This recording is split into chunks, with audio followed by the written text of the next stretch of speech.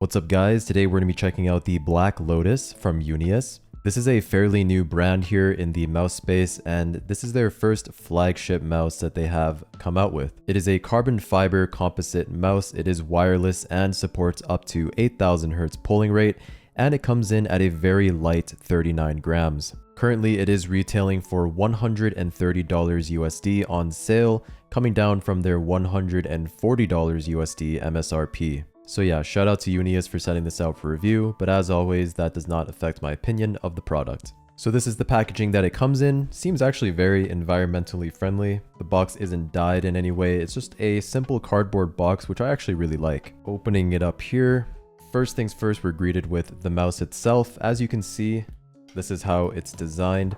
It's actually quite a small mouse, but we'll go over the shape later in the video. You can see here it has a very nice design on the bottom. There are holes in this mouse to achieve that 39 grams of light weight. As you can see here, it only comes in one colorway, which is black, but in my opinion, it is a very nice, sleek looking mouse. On the bottom here, you have your feet, 3 separate large feet, 1 on the top, 2 on the bottom, and then you have also these 2 tiny dots on the side as well. On the bottom, you have 2 buttons, one for your DPI, one for your polling rate, and also an on-off switch. This mouse is using the Pixart 3950 sensor, and like I mentioned earlier, you have up to 8000 Hz polling rate, and this is the dongle right here that is going to provide that 8000 Hz polling rate. Main clicks here are the Huano Gold micro switches, and here is a quick sound test of all of the switches on this mouse.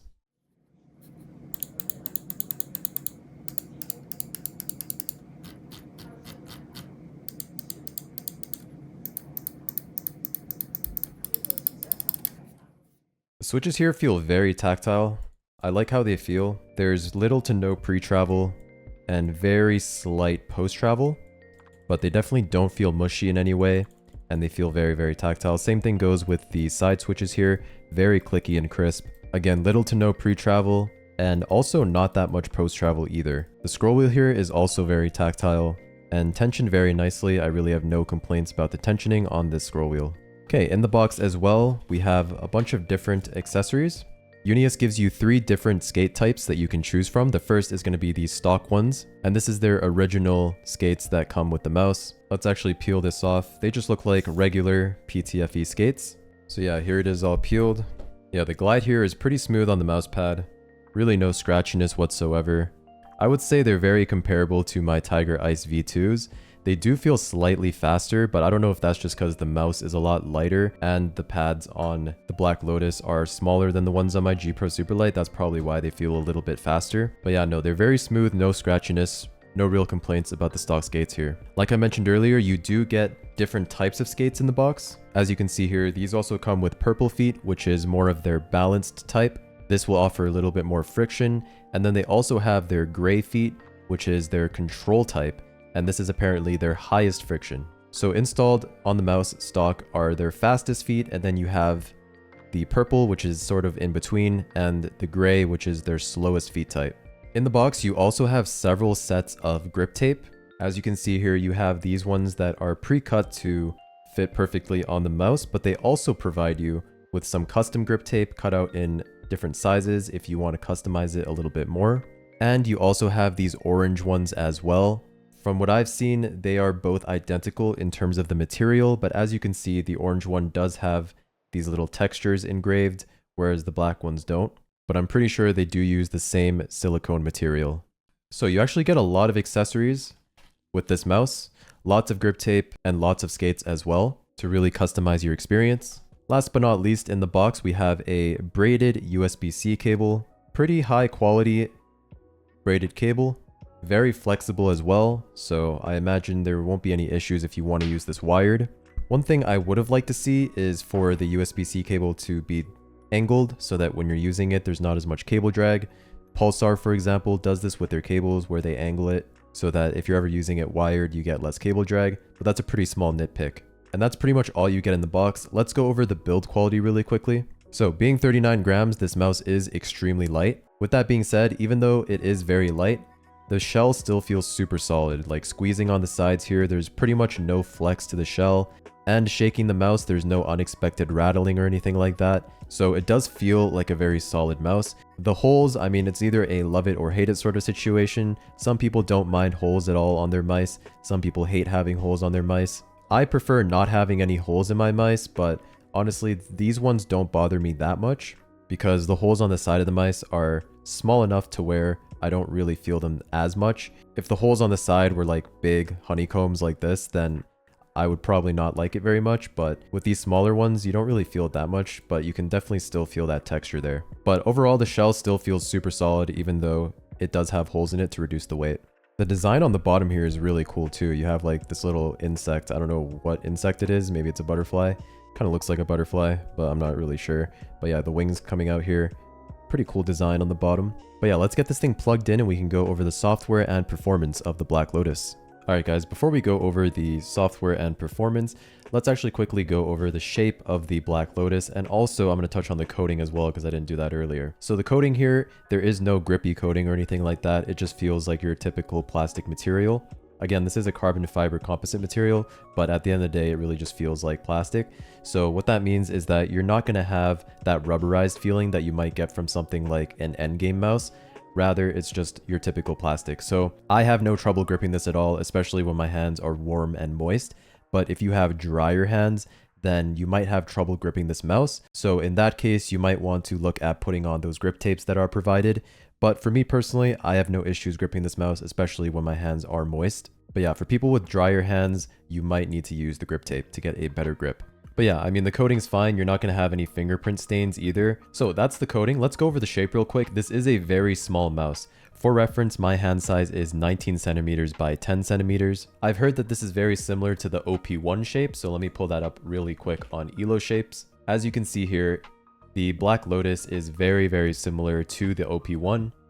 It is slightly taller towards the back and slightly larger as well towards the back. It's pretty much neck and neck with the OP1. For comparison, here's my G Pro Superlight, and in hand, the Black Lotus feels significantly smaller than my G Pro Superlight. I do claw grip this mouse, and I can make claw grip work, but I actually feel like this would be a very good fingertip mouse. Like, fingertipping this is very, very comfortable for me. So is claw grip, but if my hand was slightly larger, I feel like I could not make claw grip work on this. So if you have anything larger than 19 by 10 centimeters, then you might have difficulty with claw grip on this mouse. But for fingertip, if you're around this hand size or larger, for fingertip, it feels very nice. Palm grip, I don't think this mouse was really made for palm grip unless you have very small hands. Let me also just add the G Pro Superlight here onto here so you can see the difference. But yeah, unless you have very small hands, I don't really see palm grip being recommended. But yeah, I like the shape. I've actually never tried the OP1, so I guess this is as close as I'll get to trying the OP1 shape. It feels very nice. I like how low it is, and it feels like I can get a lot of control of the mouse here. If my hands were slightly smaller, I feel like this would be a perfect claw grip mouse. But as you can see, it is a very small mouse in my hands. But yeah, if you've tried the OP1 shape, this is very, very similar to the OP1. But the Black Lotus is lighter, and also it supports 8000 Hz polling rate, whereas with the OP1 wireless, it does not support 8K unless you go with the wired version of the OP1, which is also still just heavier than the Black Lotus. So if you want a lighter OP1 experience, then the Black Lotus might be worth looking into in terms of shape. Okay, with that out of the way, let's get into the software here. Very basic software, nothing too crazy. On the home screen, we can see our battery life. Speaking of battery life, the battery size in here is 200 milliamp hours. And UNIUS claims on paper that on 1000 Hz polling rate, the battery life can last up to 60 hours, 25 hours at 2000 Hz, 20 hours at 4000, and 12 hours at 8000 Hz. Now, if you've watched any of my other mouse reviews, you know that I always recommend using 2000 Hz or below. Anything above 2000 Hz is honestly negligible, and you won't really notice the difference. The only thing is it will drain your battery life on your mouse. And also high polling rate can induce stuttering in some game engines. So overall, I would just recommend using 2000 Hz or below. Optimum Tech and Rocket Jump Ninja have made very good videos addressing high polling rate and whether or not you need them in mice. Short answer is no, but if you want to check out those videos for more details, I'll leave them linked in the description below. But yeah, let's go over the software here. Like I said, you can see just your battery life on the home page here. Very basic. I think it is still very early stages, so it's a little bit buggy right now because like I don't know why I'm seeing two here, but let's just click on one of them. Okay, so now that we're in, this mouse does use web-based software, which is great. I love when companies use web-based software. Just makes it so that it's a lot simpler and you don't have to download anything onto your computer. So you do have 3 customizable profiles here. Everything saves onto the onboard memory of your mouse. And yeah, it's pretty basic software. You can do polling rate here. I always go with 2000 hertz polling. Down here, you can choose your DPIs. You can have different DPI stages, and then you can use that button on the bottom of your mouse to cycle through all of those DPI stages. I just use one, set to 800, and then you can change your debounce time here as well. I go with 0, and then if there's any double clicking, you want to raise this up until it stops double clicking. I'm not having any issues with double clicking on 0 ms debounce, as you can see here. You can also adjust how much time it takes for the mouse to enter sleep mode, and you can adjust your liftoff distance here as well as motion sync, angle snapping, and ripple control. On the next tab here, you can change your keybinds. On the third tab, you can change your lighting effects. So there is RGB on the scroll wheel here. As you can see, if I turn this on, you can see there that the scroll wheel lights up, and then you have a couple different effects to choose from here. But for the most amount of battery life, I just disable RGB. And then finally on the last tab, you can record macros. So yeah, very straightforward software, super easy to use, really no complaints here. Fires out.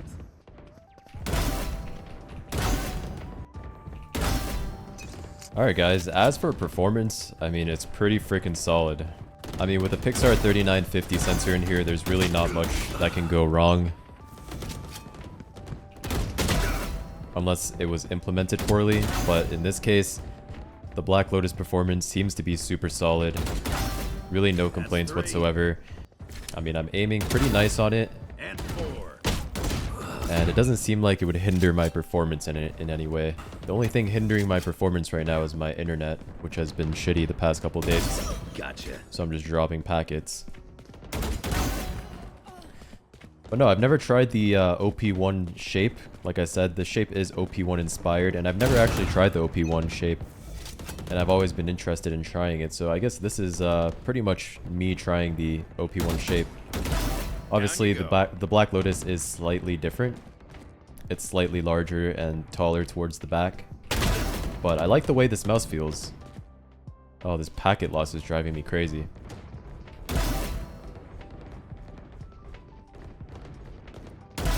On the money. But yeah, no, I feel like I have a lot of control of the mouse. Especially since the front is so low and narrow. I like the way it feels. It gives me a feeling of more control, especially when compared to the G Pro Superlight 2. I definitely have a better feeling of control when using this shape over the GPX. The clicks are solid as well, like I said earlier. They're super crisp and tactile. So yeah, if you're worried about being able to like spam the clicks for whatever reason, Headshot. don't be. These are very spammable clicks, so if you're using them for like Minecraft PvP or whatever, you shouldn't really be too concerned. I think it should work fine for that. Dominating. But yeah, overall guys, a very solid mouse here by UNIUS, especially considering this is like their first ever flagship product. I think they did a really good job. Obviously, can't go wrong with the shape. It's pretty much just an OP1, slightly different. But the internals are super solid, the build quality is super solid as well, and obviously the performance here is top notch. Goner. It is on the pricier side at 130 USD, and that's on sale also. So it is a little bit on the pricier side, but obviously that depends on your budget and how much you're willing to spend on a mouse. But I would say it's worth it, especially if you just want like a lighter version of the OP1. 5 kills remaining. Hot shell. But yeah, if you want like a lighter OP1 that's like That's 3. slightly different in terms of the aesthetics, then the Black Lotus is a solid choice here. 1 kill remaining. Somehow I won this deathmatch, even though I'm Finish like it up. dropping packets like crazy. Never had a doubt. But yeah, no, my aim feels super solid on this mouse. Really nothing to complain about. And yeah, guys, that's pretty much my review of the UNIUS Black Lotus. I think UNIUS did a very good job with this mouse. And all around, super, super solid. So if you guys are interested in checking it out, I will leave a link to this mouse in the description below. But that's pretty much it. Hope you enjoyed the video, and I will see you in the next one. Peace.